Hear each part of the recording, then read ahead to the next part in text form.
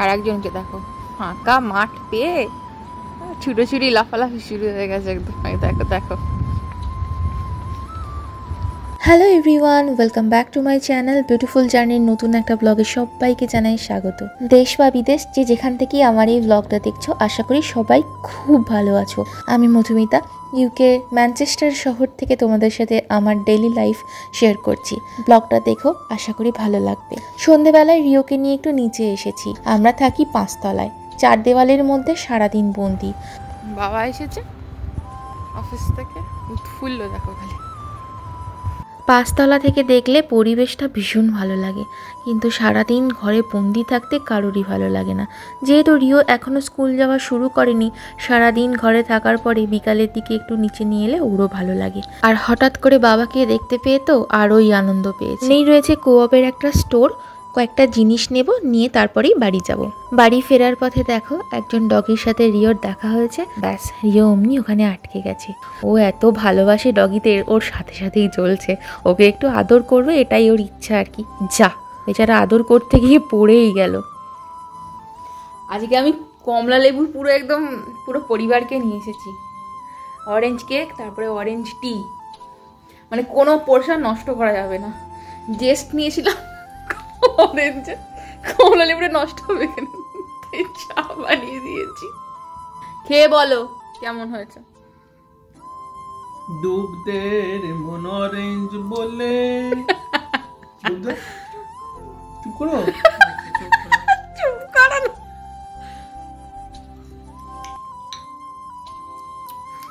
রসনা খেয়েছিস?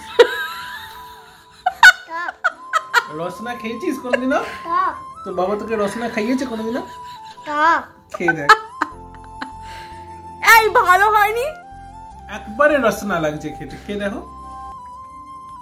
এত ভাইরাল কি করে এই অরেঞ্জ টিটা তাহলে? এটা ভাইরাল? হ্যাঁ, বিভৎস ভাইরাল। ভাইরাল বলে দাও বলছি। দেখো কি সুন্দর দেখতে লাগছে। আমি মধু দিয়েছি তো, এত টক লাগছে। টক না, রসনা বললাম, টক কেন রাখবে? তার মানে বলছে ভালো হয়নি।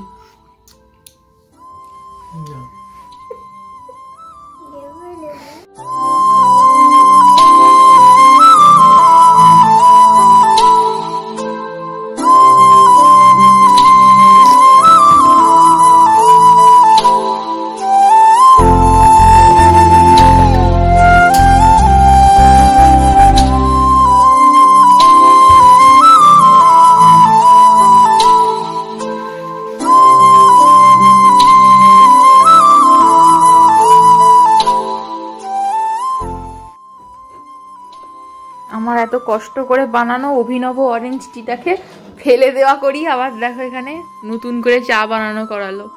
ধরো বাবা, কত কাজ করে দিচ্ছ তুমি। হ্যাঁ, চা পাবো না তো? মোটেও না, আমি রিকোয়েস্ট করেছি, আমি বলিনি যে কাজ করলে তবে চা পাবে।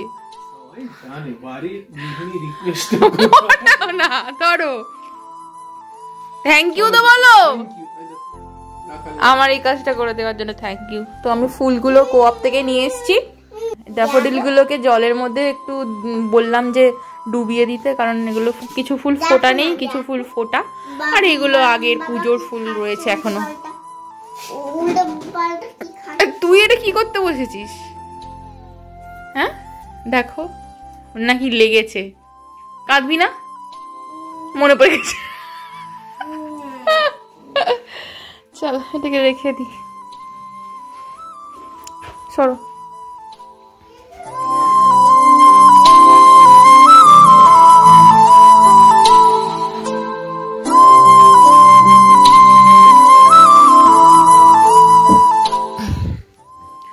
ও, তোমাদেরকে তো দেখানো হয়নি, তো আমার ঠাকুর ঘরের ব্যাকড্রপে আরও কিছু জিনিস অ্যাড হয়েছে। এই যে পাতা পাতা পাতা পাতার মতো একটা ব্যাকড্রপ অ্যাড করেছি, আর এই যে এখানে বাকিটা লাগিয়ে দিয়েছি।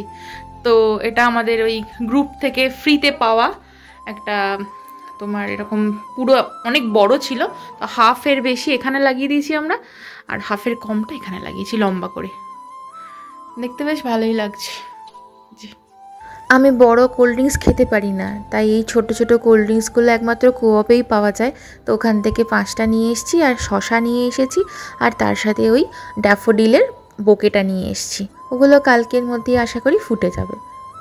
আজকে রাতে বানাবো পেঁপে দিয়ে চিংড়ি মাছ দিয়ে তরকারি। খেতে খুব ভালো হয়, একদম সিম্পল সাদামাটা তরকারি, মশলাপাতি কিছুই সেরকম লাগে না। আর দেখতেই পাচ্ছ আমি 1 চামচের মতো তেল দিয়েছি, এটার মধ্যেই পুরো রান্নাটা হবে। আর আমি এখানে একটা গোটা পেঁপে ব্যবহার করছি, ছোট সাইজের। তেলের মধ্যে আমি একটু জিরে আর তেজপাতা ফোড়ন দিয়েছি। ফোড়ন দেওয়ার একটু নাড়াচাড়া করে নেওয়ার পরে আমি কাটা পেঁপেগুলো এখানে দিয়ে দিয়েছি। তো আমার কাছে কিছু সেদ্ধ করা আলু আছে, আমি ওটা পরে অ্যাড করব। তোমরা যদি আলু অ্যাড করতে চাও তাহলে এই ভাজার সময় আলুটা অ্যাড করে দিও। পেঁপে ভাজা হয়ে গেলে তারপরে আমি এখানে কোঁচানো পেঁয়াজ অ্যাড করেছি, 1/2 কাপের মতো অ্যাড করে ওর মধ্যে একটু নুন অ্যাড করে দিয়ে আবার একটু ভেজে নিয়েছি। পেঁয়াজগুলো একটু নরম হয়ে গেছে, তারপরে আমি কোঁচানো চিংড়ি মাছ অ্যাড করেছি। ছোট চিংড়ি মাছ ছিল না, তাই বড় চিংড়ি মাছগুলোকে টুকরো করে দিয়েছি। তারপর একটু নুন হলুদ দিয়ে ভালো করে নাড়াচাড়া করে নিয়ে আদা রসুনের কিউব অ্যাড করে অল্প একটু জল অ্যাড করে ভালো করে কষিয়ে নিচ্ছি। এখানে ঢাকা চাপা দিয়ে একটুক্ষণ রান্না করে নিয়েছি, মাঝে মাঝে একটু নাড়িয়ে নিয়েছি। তারপরে অ্যাড করে দিচ্ছি টমেটো কুচি। তোমরা চাইলে টমেটো কুচি নাও অ্যাড করতে পারো, টমেটো ছাড়াও খেতে ভালো হয়। তারপরে আমি এখানে অল্প পরিমাণ ধনে গুঁড়ো আর জিরে গুঁড়ো অ্যাড করেছি। ভালো করে নাড়াচাড়া করে কষিয়ে নিয়ে সেদ্ধ করে রাখা আলুটা টুকরো করে অ্যাড করে দিয়েছি। আবারও ঢাকা চাপা দিয়ে বেশ খানিকক্ষণ নাড়াচাড়া করে রান্না করে নেব। আমি মাঝখানে একটু অল্প জল অ্যাড করেছি, তোমরা যদি প্রয়োজন পড়ে অ্যাড করো, না করলে নাও করতে পারো। তারপর এখানে একটু চিনি অ্যাড করলাম, রিওটা তুলে রেখে কাঁচা লঙ্কা কুচি আর ধনেপাতা কুচি শেষকালে অ্যাড করে ভালো করে মিশিয়ে নিয়েছি। শুধুমাত্র আদা বাটা জিরে ধনে গুঁড়ো দিয়েও নিরামিষ করতে পারো, খেতে খুব ভালো হয়। শেষে একটু ঘি আর গরম মশলা অ্যাড করো। একটু তুলে ঠান্ডা করতে দিচ্ছি, মনোজিৎকে কালকে লাঞ্চে দেবো বলে। Good morning everyone. আর দেখো, তোমাদের বলেছিলাম না ড্যাফোডিলগুলো কালকে ফুটে যাবে, আর দেখো ফুটেও গেছে। তাই আমি 3টে এরকম আলাদা করে নিয়ে এসে বেডরুমে একধারে সাজিয়ে রেখেছি, দেখতে বেশ ভালো লাগছে। সকালবেলায় গরম গরম চা আর এখানে অরেঞ্জ কেক দিয়ে আমাদের দিনটা আবার শুরু হলো। আজকে পরের দিন। আজকে আমি তোমাদেরকে মনোজিৎ অফিসে গেলে আমার সারাদিন কেমন কাটে সেটাই একটু শেয়ার করছি। এত ব্যস্ততার মধ্যে কাটতে থাকে যে কি বলবো। যাই হোক, সবাই মিলে এখন চাটা খেয়ে নিই, তারপর আবার পরে কথা হচ্ছে। পুরো কেকের কৌটো নিয়ে বসে পড়েছিস না? দেখো না, বড়দের মতো কেমন কাপে করে শরবত খাচ্ছে। এটা কি খাচ্ছিস তুই? Green tea. বলে গ্রিন টি খাচ্ছে মধু জল, বলে গ্রিন টি বাবার মতো। গ্রিন টিটা ভালো, কেকটা ভালো। বাবা খেয়েছো কেক? চল। যেহেতু ঘুম থেকে উঠতে একটু দেরি হয়, কারণ রাতে ভিডিও এডিট করতে হয়, সেই জন্য তাই সকালে আমি উঠে রুটিটা বানিয়ে দিই, কিন্তু তরকারিটা আমি রাতেই বানিয়ে রাখি। আটাটা মেখে নিয়েছি, চাপা দিয়ে রাখলাম। আর আজকে ব্রেকফাস্টে একটু পোহা বানিয়েছি। গতকাল রাতে আমি চিড়েটা ধুয়ে রেখেছিলাম, আর আজকে সকালে উঠেই সব কিছু রেডি করে বানিয়েছি। আজকে তো আবার আটাটাও মাখা ছিল না, তাই আটা মাখতেও বেশ খানিকটা সময় গেছে। তো যাই হোক, এখানে পোহা রেডি। উপর থেকে একটু লেবু আর ধনেপাতা কুচি অ্যাড করেছি। আর এখন মনোজিৎকে ব্রেকফাস্টটা দিয়ে দিলাম। ও মিটিং করছে, খেয়ে নিয়ে তারপর স্নানে যাবে।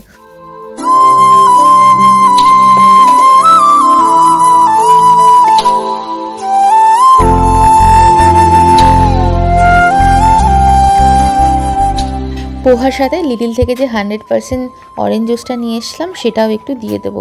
এটা তো বেশি দিন রাখা যাবে না, তেতো হয়ে যাবে, সেই জন্য খেয়ে শেষ করে দিতে হবে। যাই হোক, ওখানে ওদের ব্রেকফাস্ট দিয়ে দিয়েছি। রিও খেয়ে নিয়েছে, মনোজিতেরও খাওয়া হয়ে গেছে, ও রেডি হচ্ছে। আর আমি এখানে গরম গরম রুটিগুলো সেঁকে নিচ্ছি। মনোজিতের সুবাদে আমারও কিন্তু মাঝে মধ্যে দুপুরবেলায় রুটি খাওয়া হয়, তাতে করে শরীরটাও না একটু হালকা লাগে বেশ। যাই হোক, রিওকে তো ভাত বানিয়ে দিতেই হয়।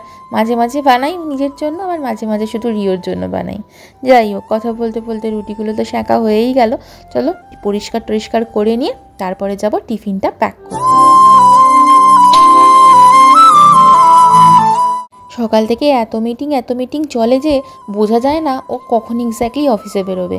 যাই হোক, হাতে কিছুটা সময় পেয়েছি, তাই ভাবলাম রান্নাবান্না কিছুটা এগিয়ে নিই। মনোজিৎ থাকলে রিও একটু শান্তশিষ্ট থাকে, সেই জন্য একটু কাজও এগিয়ে যাবে। এখানে ভাতটা মোটামুটি হয়ে গেছে, আর মনোজিতের অফিসের জন্য লাঞ্চটাও আমি এখানে প্যাক করে ফেলেছি।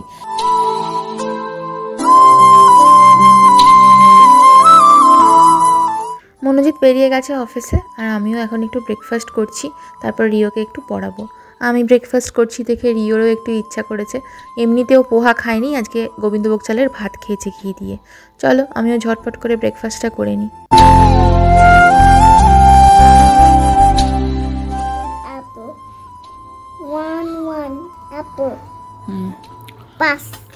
ওয়ান প্লাস ওয়ান, 1 অ্যাপেল ছিল তোমার কাছে, তোমার বাবা তোমাকে আরো 1 অ্যাপেল দিল, তাহলে কটা হলো? কাউন্ট করো কটা হলো। এই তো 1 ছিল প্লাস আরো 1 এলো, তাহলে এখানে কটা হলো? Equals to 2। তাহলে এখানে করো, লেখো।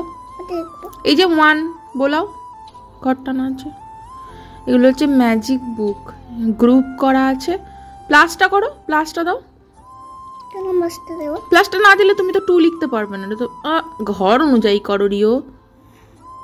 হ্যাঁ, ইকুয়ালস টু দাও, ইকুয়ালস টু, ওটা ইকুয়ালস টু নয়, ওটা ইকুয়ালস টু।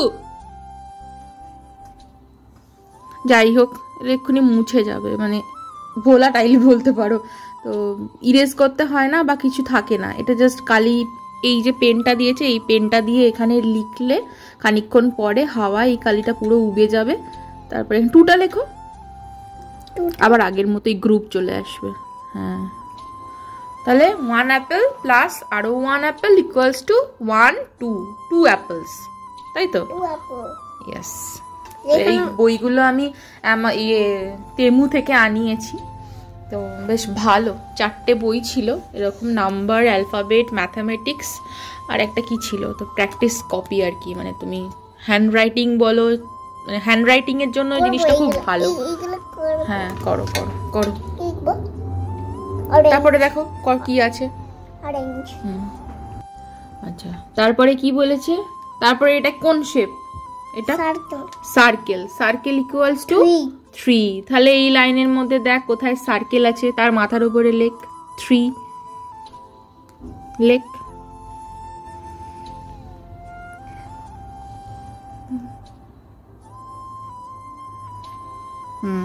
তাহলে পাসওয়ার্ড হলো একটা তৈরি। কি পাসওয়ার্ড হলো? 2, তারপরে 1, তারপরে 3, তারপরে 6, তারপরে 2, তারপরে 1। তাহলে এটা হয়ে গেল পাসওয়ার্ড। এখানে তাই বলেছিল যে এই শেপের এগেনস্টে নাম্বারগুলো লিখে একটা পাসওয়ার্ড বানাতে, হয়ে গেল পাসওয়ার্ড। এইগুলো আবার আচ্ছা করো।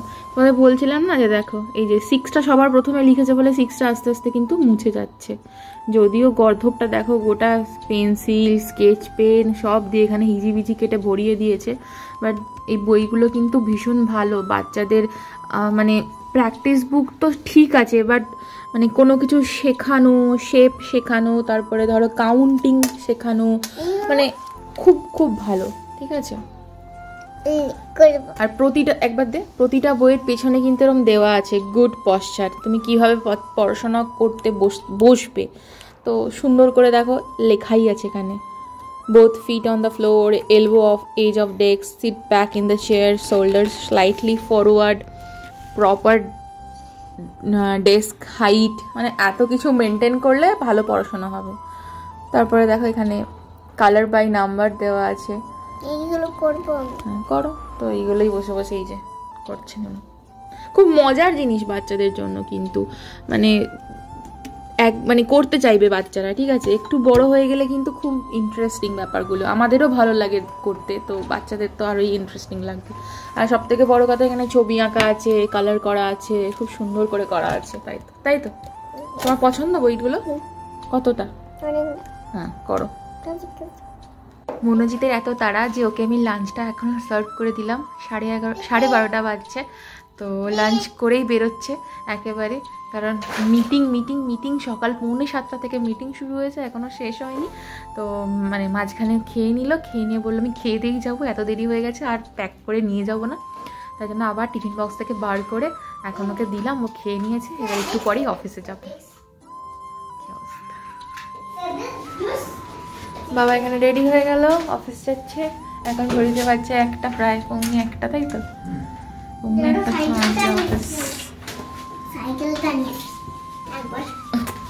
তোর সাইকেল না হলে কি আর তুই হাঁটতে পারবি? হাঁটা ভুলে যাচ্ছিস তুই না হেঁটে হেঁটে। টাটা।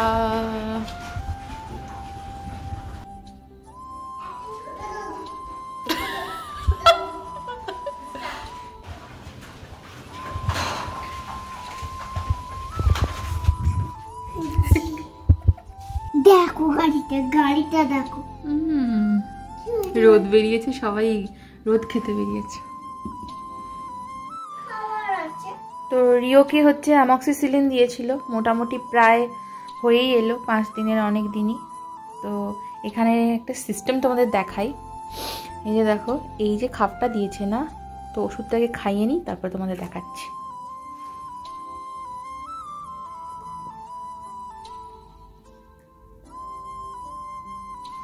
তো ওই যে সিরিঞ্জ, এটা ওষুধ খাওয়ানোর জন্য।